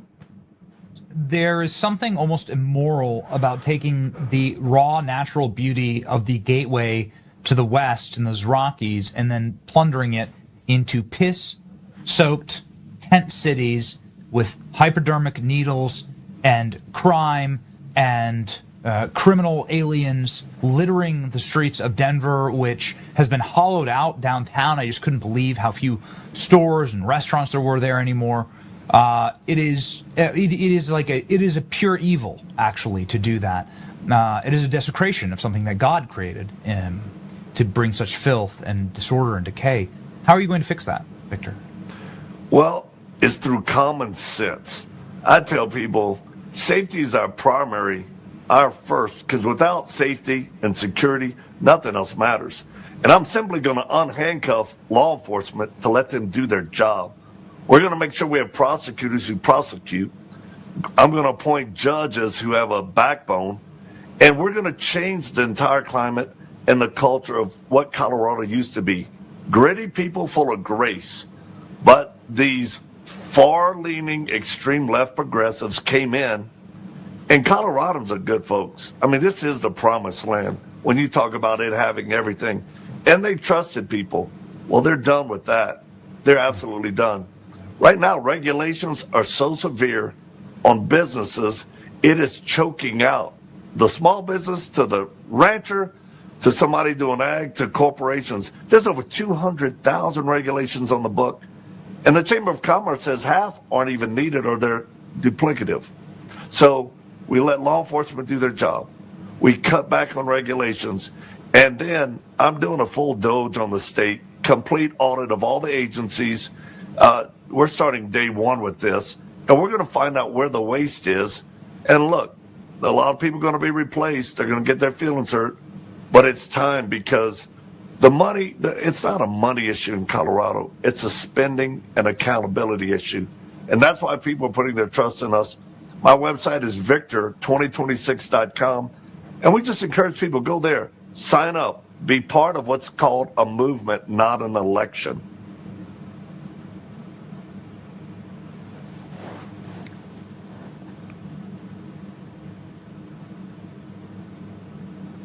So, Benny, I want you to be honest with the people. I'm going to call you out, Benny. Be honest with the people. You had to send him the questions. And he was reading the answers. That's the reality. If you were to ask him a question anywhere, he was asked, are you pro-life or are you pro-choice? And he got irritated and agitated. You could see him he has this thing where he has to be in a controlled environment, because if he's not in a controlled environment, he loses his shit. I talked to a couple friends of his that he'd known him for a long time. And they're like, Victor is like a walking time bomb. Their words, not mine. I talked to a guy that actually is involved in rescue, did over 900 missions. He's going to be on this show in a couple weeks. His words are, the guy couldn't be trusted to run a piggy bank or to hold on to a piggy bank, let alone look after and run for public office. He's incoherent. You're going to have him, I'm going to ask him the questions right on here. I didn't just flippantly come to this idea. Look, me being governor or not being governor, having Victor Marks in that seat is like having a controlled apparatus, like a dead man walking, like a Biden in that office. It is no different. It's like having a Jared Polis, which, by the way, his name was Schultz, not Polis. He changed his name too. We never seem to get to the bottom of the people that we put in elected office. They come out of nowhere and say, I'm the best man for the job. We have a movement. We're going to do this stuff. I'm going to doge it. I'm going to put this people, we're going to put judges in place and prosecutors. He doesn't understand the complexities of what's going on. He couldn't have a conversation about those complexities on a one-on-one. That's why he runs away from interviews, and only these questions are the ones you're allowed to answer. How do I know? Because he was coming on here and he said, you can only ask these questions. I need to know the questions in advance. He made all the rules.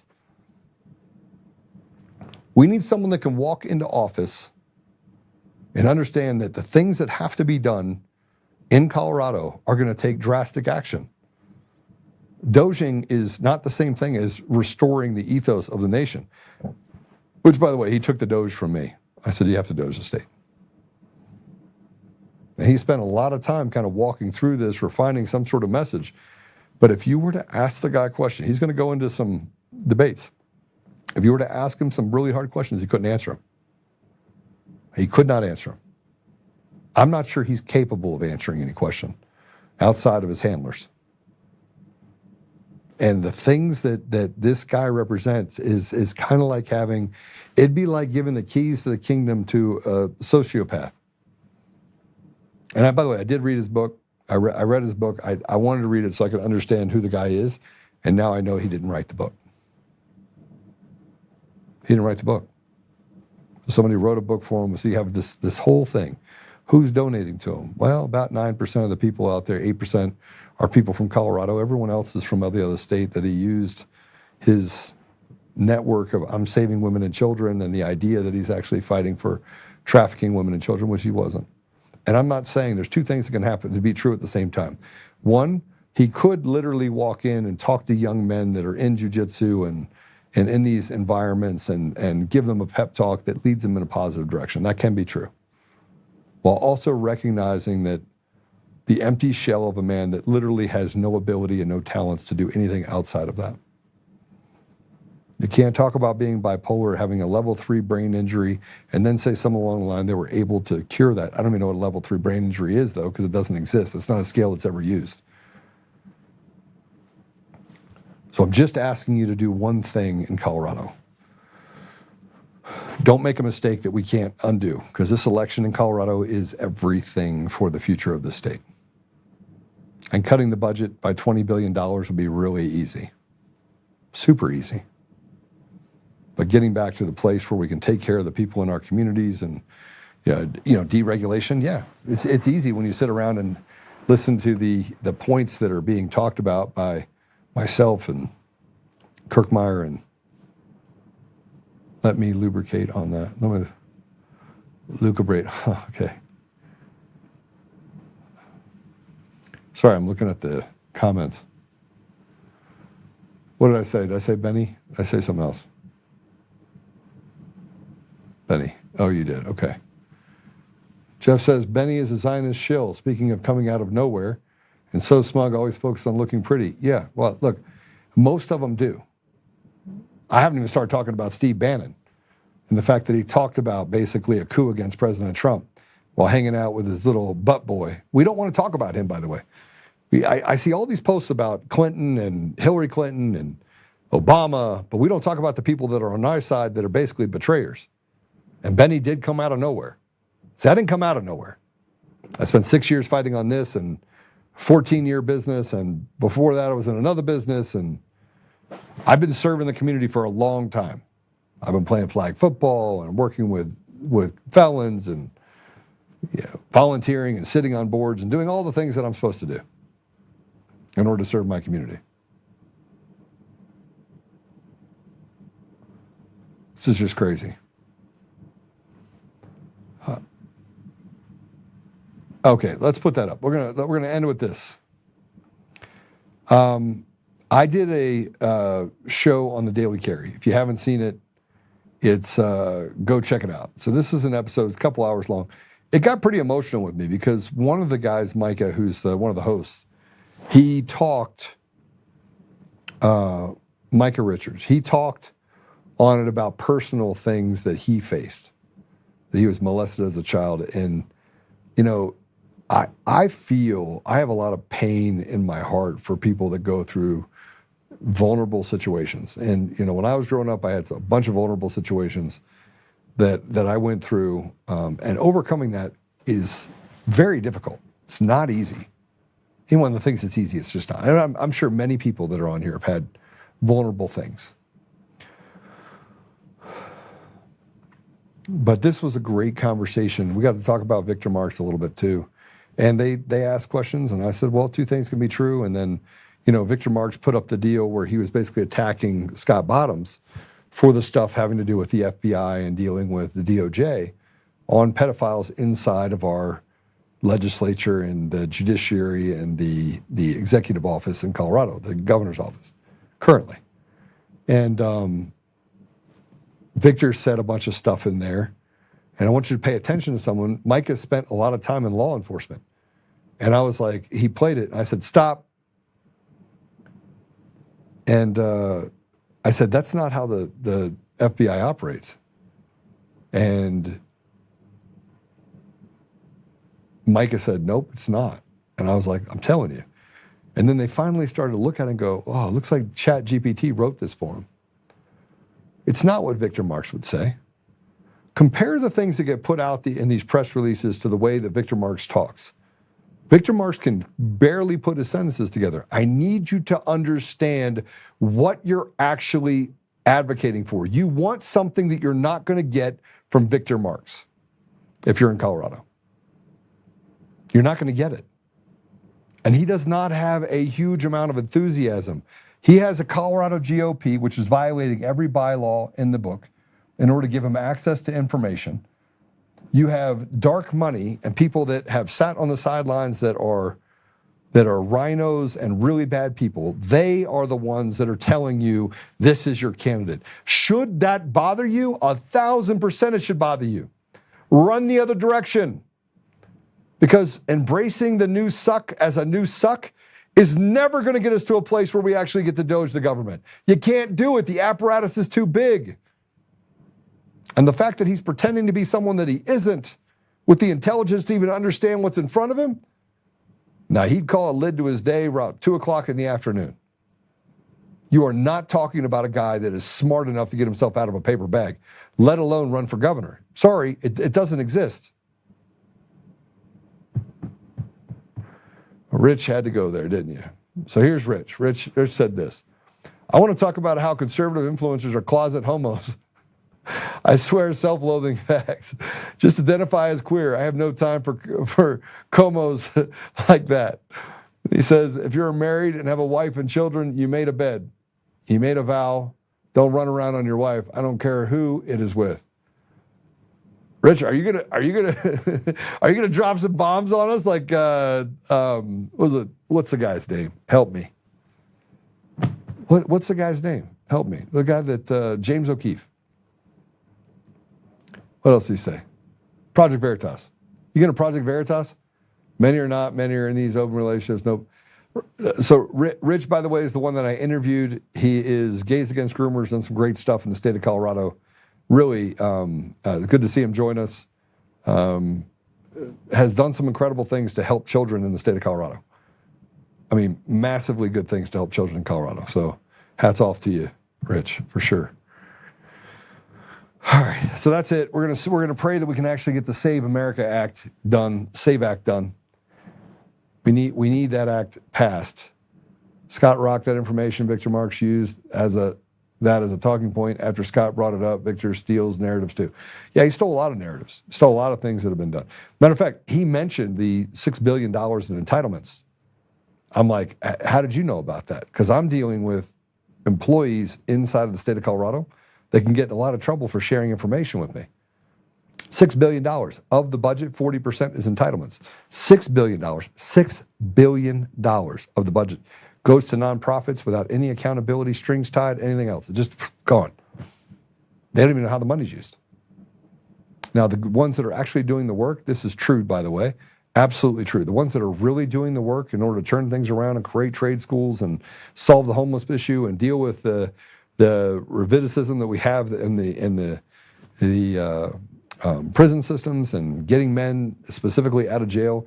I don't know about women. I don't work on that side of the aisle. But those things that are being done, those organizations are never given adequate resources because they're actually getting the work done. True story. So it's man. Still, Joe for governor. Scott Bottoms is nice. I think he can believe he can step in and kick. I can't believe he can step in and kick ass like Joe can. Look, I don't know of anyone that can do, and I'll just use my own company as an example. We lost 88, 89% of our revenue literally over the years that I was not here. I came back in. We were able to increase that by nearly 300%, literally overnight. So there's a bunch of stuff we've been able to do. I'm kind of the pink unicorn. But here's the thing that I will tell you. Scott will fight for the people. I will fight for the people. Now, what I'm trying to figure out is how collectively on the Republican side we can make sure that the person that is not sitting in that seat is a Republican, someone that will just do the biddings of the intelligence community and really bad people who want to continue this charade against the people of Colorado. They want to continue what they started in Colorado. With Palantir leaving and with a bunch of other organizations, including Boeing, Jeppesen, I can go down the line of other organizations that are looking to leave Colorado. It is on the horizon that Colorado could end up a desert where the only thing you have left is regulations and a bunch of poor people and a budget that just slides down to zero. That's where we're headed right now. Randy says, when a dog hurts a child, we put it down. Why not people? Randy, I'm with you. I mean, personally, for me, I would tie a rope to the back of my car, tie it to the person, and drive them around until body parts fall off. And if that's violent to you, then you don't understand the outcome of what happens to a child when they are abused by someone in a position of trust, or even when they are raped or molested, or that's something they carry with them for the rest of their life. It's a life sentence. So don't tell me I have to feel bad for pedophiles, because I don't. And I frankly believe that they should be filleted. And I don't feel bad about saying that. I know vengeance belongs to the Lord, but the consequences are ours. All right.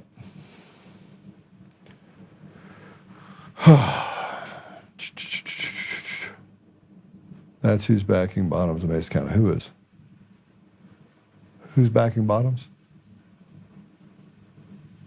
Oh, I don't know. Okay, so let's pray it out, shall we? Let's do this though, just for your sake. Apple Podcasts, Google Podcasts, Spotify, Pandora, iHeartRadio, TuneIn, and more. Go to Oltmann 2026. Donate to the campaign. You can go to Honor Bound USA. We've got a couple new sponsors that are going to be joining us here over the next month or so. I'm pretty terrible at it, and I decided I want to make the same mistake twice. Somebody asked me, Joe, where do I go buy gold? I'm like, I'll send you my supplier. Just buy gold and silver directly from them. It's super easy. I tried the big company deal, and I just can't. Like, look, if you would have bought when I told you guys to buy during that program, your money would be worth 3 times what it was when I told you to buy it. Don't feel bad. But now take that money, if you put it in there, I want you to sideline it. I want you to take all that money out. I want you to cash it out and put it aside. I want you to get a self-directed IRA, and I want you to start taking care of your own self. Now, I'm not a financial advisor, so what I'm telling you to do right now is as risky as you're willing to be risky. But this is what I do. Okay, put it on the sidelines, and then we'll start having conversations about things that I want you to look into. Now, that will not be a sponsor. That'll be me having conversations with you and bringing on people that are economists so I can help you guys put more money in your pocket. That's what I'd like to do. Okay, make sure you go to that video with the Daily Carry podcast. Any other housekeeping I need to do, guys? Damon? All right. Share us today. Share us everywhere. Man, I know there's something else I was supposed to say. Is there anything I was supposed to say? Am I missing something? No? Okay, let's go. Father God, thank you for the incredible people we have on my team, for the incredible opportunities you put in front of us. Thank you for the time that we have to be born at a time such as this, to be able to serve you, Father. Thank you for just the amazing ability of restoration. We just look at it right now, and it's fantastic, this fire that's been lit inside of the community. And it's not just here in the United States. We saw it in Ireland. We saw it in New Zealand. We see it in Australia and the UK. But people are in a desperate place where they want to be able to honor you, Father, while pursuing accountability, pursuing consequences for the evil that has been just pushed on our children and our grandchildren, and creating this havoc, this sense of oppression and enslavement. We also recognize, Father, that we're going to go through trials, and that we're going to have to set aside petty differences, and we're going to have to accept people where they are, while setting standards for how our children are taught and what is acceptable in our communities, where we can reject the ridiculous idea that there's more than 2 genders and get back to a biblical foundation of how we operate as people. Father, I just ask you to bless our leaders. Bless President Trump, Pete Hegseth, Tulsi Gabbard, Bobby Kennedy, and even the ones that I'm just not that keen on.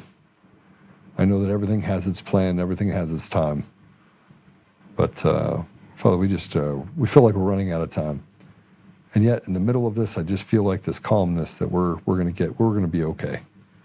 Help us, Father, we can continue to stand up, that our leaders can make good decisions, that other people in other countries can also stand up and take back their communities, take back their environments to eliminate this slave culture that we have globally. Help us to honor you, Father, and to do what is right regardless of the consequences. And help us to operate with humility. I say these things in Jesus' name. Amen. All right. God bless you, Susan Rice, the good Susan Rice. Rich, it's good to see you. Like I said, this is a great group. You should find your way over here 5 days a week. We're here Monday through Friday, 2 o'clock Mountain Time, 4 o'clock Eastern. We go for 2 hours. Use your discernment. Don't ever stand on the side of the devil, not even for a minute. Don't put your foot in there. Don't dip your toe in the water. Always do what's right. Yeah, that's it. All right, I'll see you guys later. God bless you. Be good.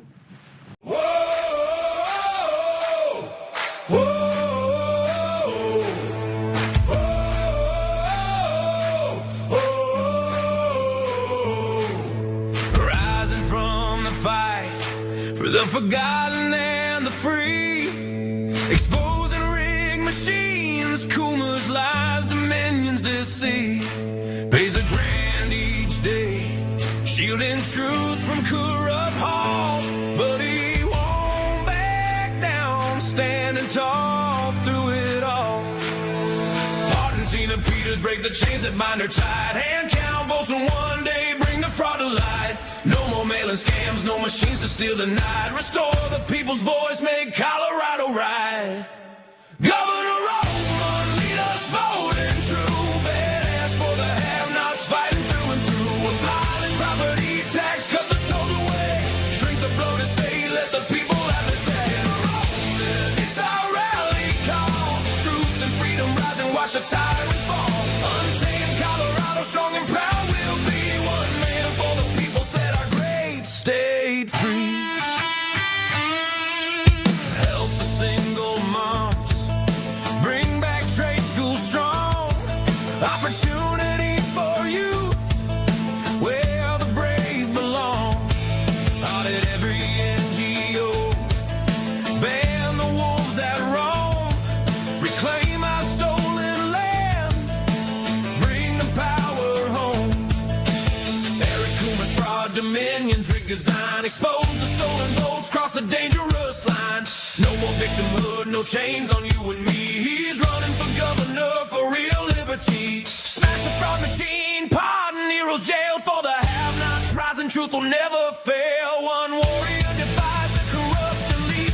Colorado reborn, strong on our feet. Governor Oltmann, lead us bold and true. Badass for the have-nots, fighting through and through. Abolish property tax, cut the tolls away. Shrink the bloated state, let the people have the say. Governor Oltmann, it's our rally call. Truth and freedom rise and watch the tyrants fall. Untamed Colorado, strong and proud, we'll be one man for the people. Set our great state free.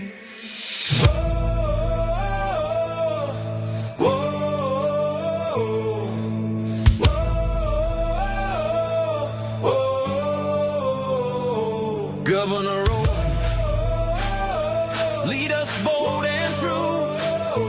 Governor Oltmann, freedom forever, Colorado rise.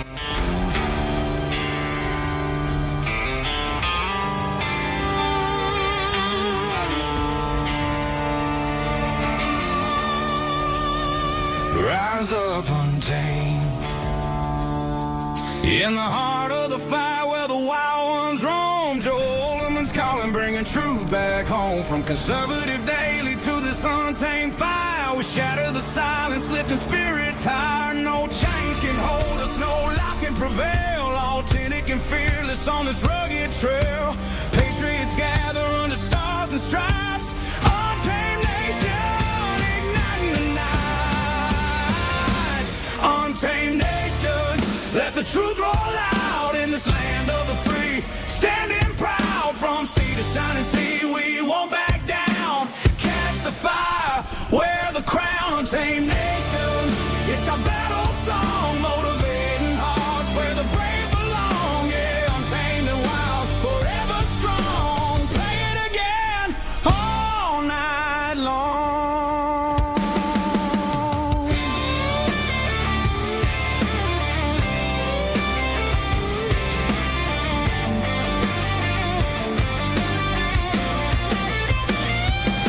Break the mold, chase the real, no more games, time to heal.